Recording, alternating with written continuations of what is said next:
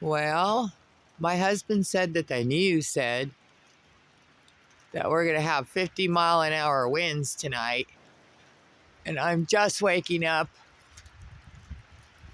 and they're here. It gets pretty scary. You see that tree?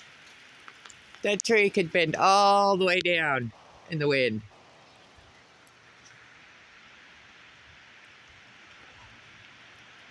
Pretty scary stuff. Pray for people. Look. Yeah. It's going to start today. There's one good thing about it. The old man's beard is falling, and now I can make some medicine. Been waiting for it to fall. But this is crazy. We're going to have the craziest winds.